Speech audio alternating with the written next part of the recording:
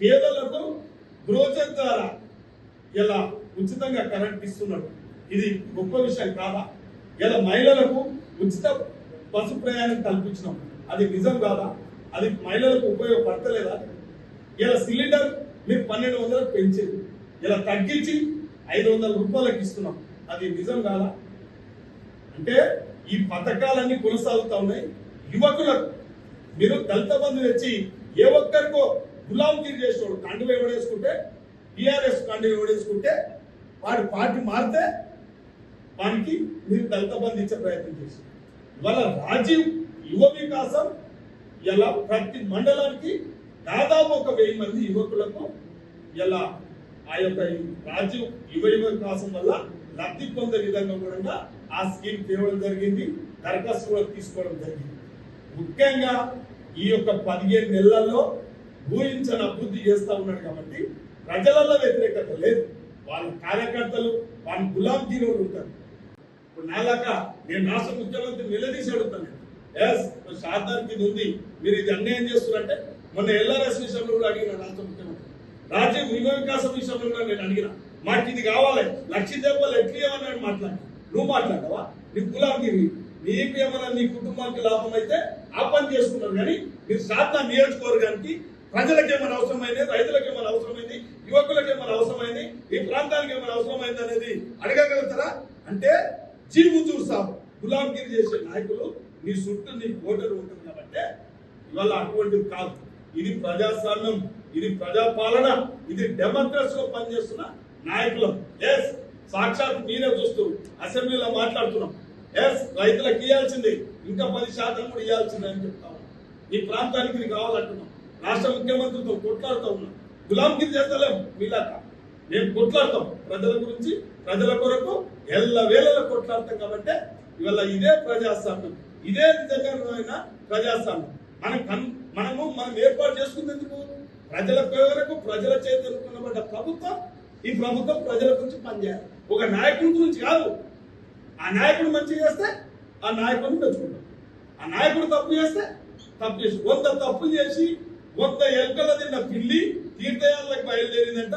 ఈ farm house లో కూర్చొని 100 తప్పులు చేసి ఇంకా కూడా తప్పులు చేసుకుంటా వరంగల్ బయటేసాడు.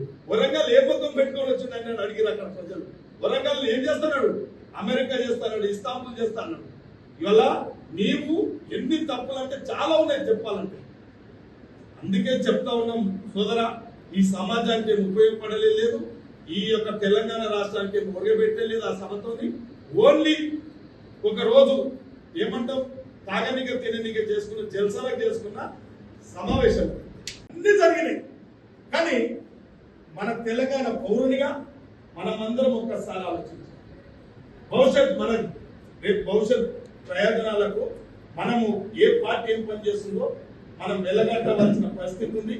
న్యాయం అన్యాయం గురించి కూడా రాయవలసిన అవసరం మీ మీద ఉంది. కాబట్టి ఇవాళ ఆ యొక్క పార్టీ గురించి ఇంకా చెప్పాలంటే ఇంకా గంట చెప్పగలుగుతాం. కానీ ఇవాళ మా కాంగ్రెస్ పార్టీ, మా రాష్ట్ర ముఖ్యమంత్రి, మా క్యాబినెట్ నిజంగా ప్రజలకు అందుబాటులో ఉంటూ ప్రజల సమస్యలనే 24 గంటలు పనిచేస్తున్న ముఖ్యమంత్రి.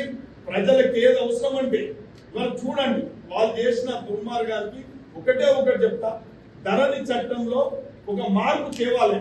రైతులకు, సామాన్యులకు అందుబాటులో చట్టం సులభతరంగా తేవాలంటే అందరి సమక్షంలో ఇవాళ జర్నలిస్టుల అభిప్రాయం కూడా అడిగింది, రైతు సంఘాలను అడిగిండు, ప్రజా సంఘాలను అడిగిండు, రెవెన్యూ అధికారులను అడిగిండు, మేధావులను అడిగిండు. ఈ చట్టం ఎట్లా ఉంటే బాగుంటుందని అందరి యొక్క అభిప్రాయం మేరకే ఆ చట్టాన్ని తీసుకురావడం జరిగింది. ఇవాళ మీరు గతంలో మీరు ఒక మాట చెప్పాలంటే మీరు ఎన్ని మాట్లాడారు. ఈ రాష్ట్రంలో ఒక ఇందిరమ్మ ఇల్లు గింతే ఉన్నాయి, నేను ఇంత పొడుగు కడతాను. ఎంత పొడుగు కట్టిండో శాతాలు అందరికి తెలుసుగా, ఏమైందో తెలుసుగా. 10 ఏళ్ళు ఒక్కరన్నా ఎవరన్నా ఒక ఇల్లులకు పోయి సంసారం చేసి ఇలా మంచుకున్నామయ్యా, కేసీఆర్ చెప్పిన మాట చాలా బాగుందయ్యా, ఆయన మాటనే వేదోగా కనెక్టోళ్ళు ఎవరైనా ఒక పేదో చెప్పగలుగుతారా? చిన్న చిన్న వ్యాపారాలు ఏదైనా ఉంటే వాళ్ళు ఎక్కువ ఇవాళ బస్సులలో రద్దీ అయింది అనేది వాస్తవం. మేము దానికి అనుకూలంగా భక్తులే ఇలా బస్సులకు ఎన్ని అవసరాలు అంటే ప్రయాణికులకు సంబంధించిన ప్రయాణికుల యొక్క సౌకర్యాల గురించి పెరిగింది. ఇవాళ పెరిగింది కాబట్టి మేము దాని కెపాసిటీకి ఇలా 3000 బస్సులు కూడా కొన్నాం. ఇవాళ 3000 బస్సులు కూడా గ్రామీణ మన డిపోకి శాతనగర్కే 30 బస్సులు కొత్తగా రావడం జరిగింది. ఇంకా 30 బస్సులు రావడం కూడా జరుగుతాం. అంటే నువ్వు ఆడపిల్లలను మహిళలను కించపరిచే విధంగా మాట్లాడుతా ఉన్నావు అంటే నీకు సోయి లేదు. నువ్వు ఆ మీటింగ్ రావడానికి కూడా 2 పెగ్గుల 3 పెగ్గుల వేసుకుని వచ్చే ఉంటావు. కానీ నీ మంత్రి స్థిమితం అయితే కోల్పోయినావు. ఏదో ఎప్పుడు పేపర్ పట్టడంలో పేపర్ పట్టుకుని చదువుతున్నాడు. మరి ఎవరు రాసిచ్చిండా, అల్లుడు రాసిచ్చిండా, కొడుకు రాసిచ్చిండా కానీ ఆ పేపర్ పట్టుకుని చదువుతున్నాడు. ఇట్లా షేక్ అవుతున్నాడు.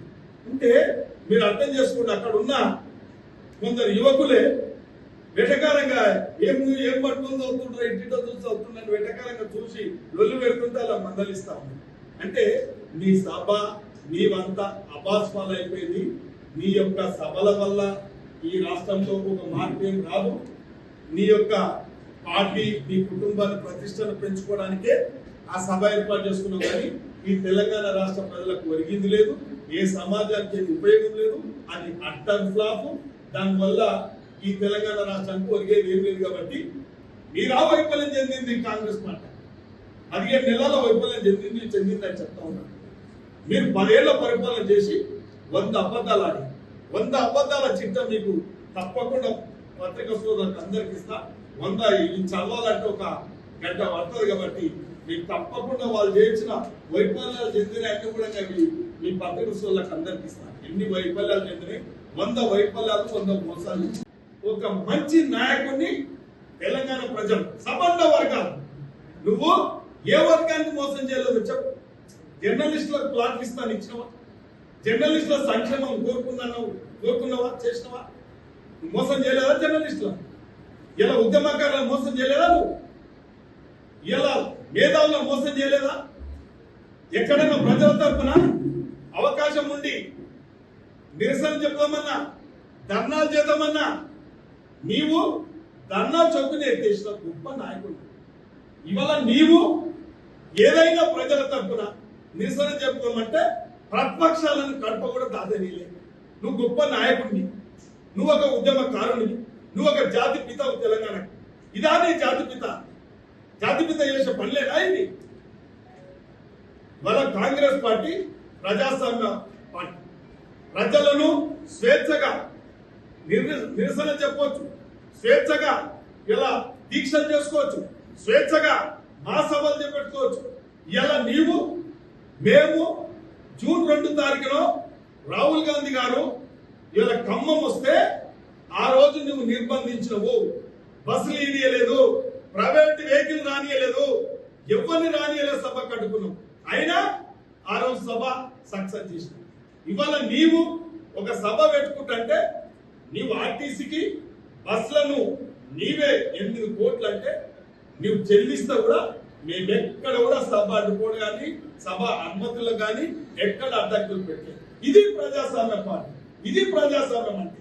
ఎస్, ప్రజలు తన అవసరానికి, ప్రజలు తన జరుగుతున్న ఇబ్బందులను చెప్పుకోవడానికి అవకాశం ఇవ్వాల్సిందే. కాబట్టి ఇది ప్రజాస్వామ్య ప్రభుత్వం, ఇది ప్రజలు మెచ్చిన ప్రభుత్వం. కాబట్టి నిన్న సభ జరగనివ్వాలంటే